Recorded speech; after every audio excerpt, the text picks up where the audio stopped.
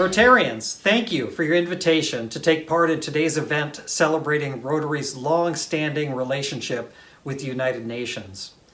As the CEO of Unicef USA, I want to express our gratitude to Rotarians around the world for our ongoing partnership to eradicate polio. Rotary is truly one of UNICEF's most cherished partners, and we are grateful for your commitment to our work together. We are close, so close to ridding the world of polio for good, with only Afghanistan and Pakistan remaining endemic for wild polio. We would not have gotten to this point without the leadership and vision of Rotary and its members. This year has presented challenges like no other. The COVID-19 pandemic put polio campaigns on hold for months, threatening a resurgence of the disease. But thanks to your sustaining support, we were able to have the teams and supplies in place to quickly resume polio vaccination campaigns as soon as it was safe. At the same time, the polio infrastructure that we have built together has proven invaluable in the response to COVID-19. Frontline polio workers pivoted quickly to educate communities on the importance of hand washing and worked on disease surveillance. And now the systems put in place for polio campaigns have been critical in dealing with the massive logistics associated with COVID vaccine distribution. We need to stay the course in our work to end polio forever, even as we fight COVID-19. Routine immunizations, including polio vaccines, are critical to ensuring we don't backslide on the incredible progress we've made. And so I leave you with this call to action. Keep up our good fight to eradicate polio. The work within the Global Polio Eradication Initiative would not be as successful as it has been without each and every Rotarian. We need you, now more than ever, to continue to lift your voices, to advocate that vaccines work, to raise critical funds to keep these vaccine campaigns going, and to show the world what is possible when we think big. Thank you for all that you do. Rotary's work alongside UNICEF and in collaboration with the United Nations is critical and life-saving work. Thank you. Thank you, Michael. The Rotary family values our partnership and shared goals.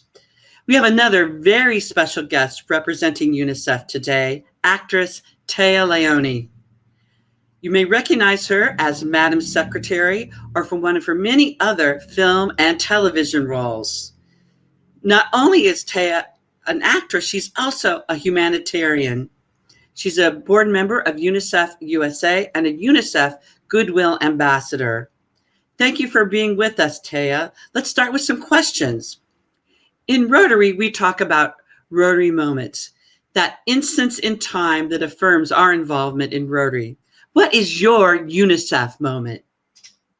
Well, it's interesting because I think I share a UNICEF moment with a lot of people, which is as a kid carrying an orange box on trick or treat.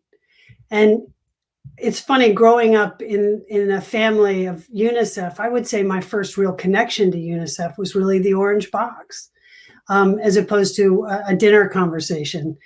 And it was through that action, going door to door and picking up pennies and nickels and quarters when I was lucky, that I began to be very aware that I was taking action on behalf of other children I didn't know, not necessarily children in my classroom, but children on the other side of the globe.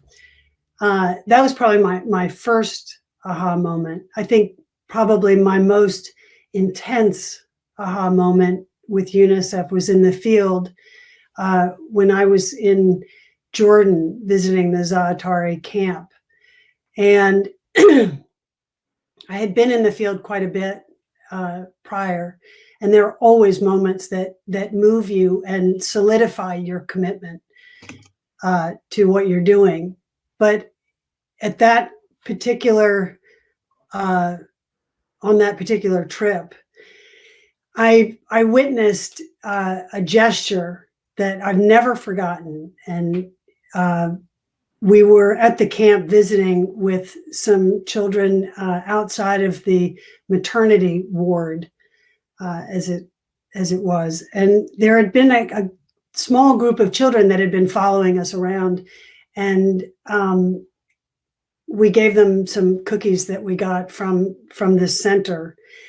And I saw this boy who looked to be about 11 years old break his cookie that he got into pieces and feed these two other children that were with him.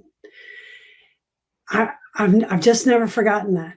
This child was really the expression of an absolute innocent, driven heart that we all have access to inside of each of us, and I'll just never forget that.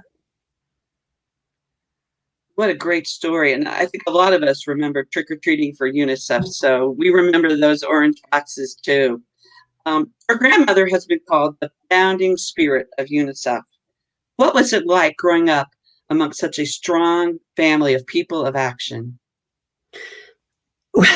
Well, I'm just laughing because, some people have asked me, what was it like with your grandmother? And did she teach you all about everything? And to be honest, for the first probably 10 years of my life, I was so much more impressed that she had been an actress and had worked in a silent film and gotten billing above Clara Bow, who even I knew who Clara Bow was.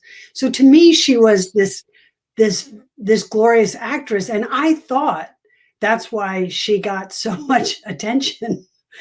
And it was only as I began to join, yes, those dinner conversations and traveling with UNICEF, where I really got the sense of her impact, but also where I started to realize that as a mother, when I'm bringing up my two children, that people say, how do you teach this empathy or this interest in being a part of the world as somebody who takes action to protect children or the vulnerable? And I think, honestly, I did. I grew up in a family of people like this. My grandmother, for obvious reasons, and then my dad, who served on the board and was chair of the board, and my mother, who had a very, very strong sense of justice. And I saw her mete that out daily. I had a good. I'm impressed with my my parents and my grandmother. I have to say, I want to live up to what they've accomplished in the world, for sure. Thank you so much. A lot of us have that foundation of family, and I think a lot of Rotarians are Rotarians because of their family members. I know that I am, and it's great that you're continuing a real legacy of your family. So that's fabulous. Rotary's areas of focus align with the Sustainable Development Goals. Is there a particular Sustainable Development Goal you are committed to achieving? How much time do you have? Actually, it's interesting because I look at the Sustainable Development Goals and I realize that all of these SDGs are dependent on each other. Their success is each one attached, sort of like the roots of a tree. It would be hard to sort of break one away. For instance, I think about climate change. Ultimately, we'll need this planet to achieve what we're trying to achieve. And we know that climate change unfairly impacts children and vulnerable persons.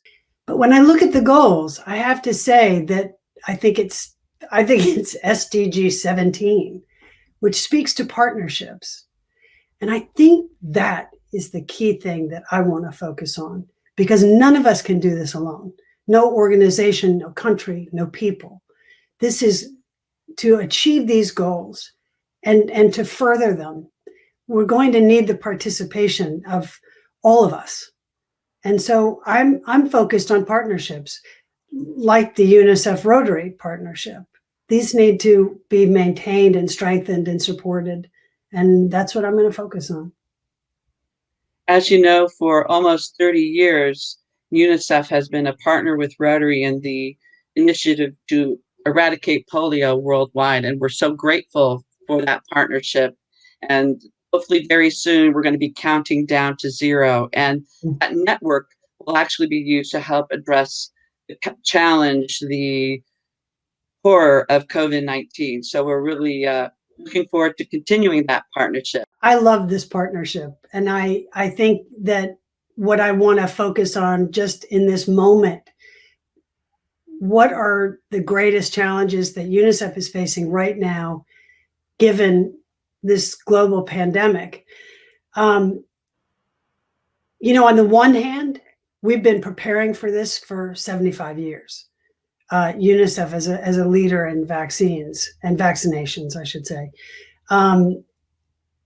I think our biggest challenge that we don't speak about as much, but we would with our partners, is that COVID-19 has drastically disrupted our vaccine schedules around the world. And as we know, diseases like measles, like polio, can very quickly get a toehold. And I think that was our first major concern with lockdown when that began to happen around the world. And it continues to be because, as you said, we're looking to get to zero for polio. And this has been a disruption. So what UNICEF needs, what we all need to focus on is, I think, in particular, the support of this vaccine and helping people to understand that the vaccines are not just for us. This is something that we do for everyone. And we won't get there without these vaccinations getting into arms. And then we'll be able to follow up with all the progress that we have made towards eradicating diseases like polio and measles. UNICEF has committed 2 billion vaccines in the year 2021 to be equitably distributed, which is another really important issue and one that we're very well versed in handling. But we're all going to need the funding moving forward for sure. Well, thank you, Taya. And please, Rotarians and all of our audience, give to the Polio Plus Fund. That plus means work supporting COVID-19 vaccination and other really important public health initiatives. So please be generous to the Polio Plus Fund. And with that, Taya, I want to thank you for your time today, your service. And if you have any final thoughts to share with our audience, we'd love to hear them. I just want to say thank you.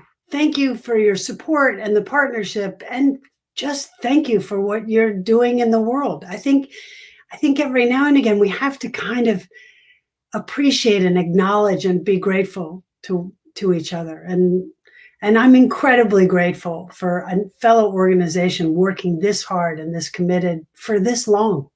We're impressive.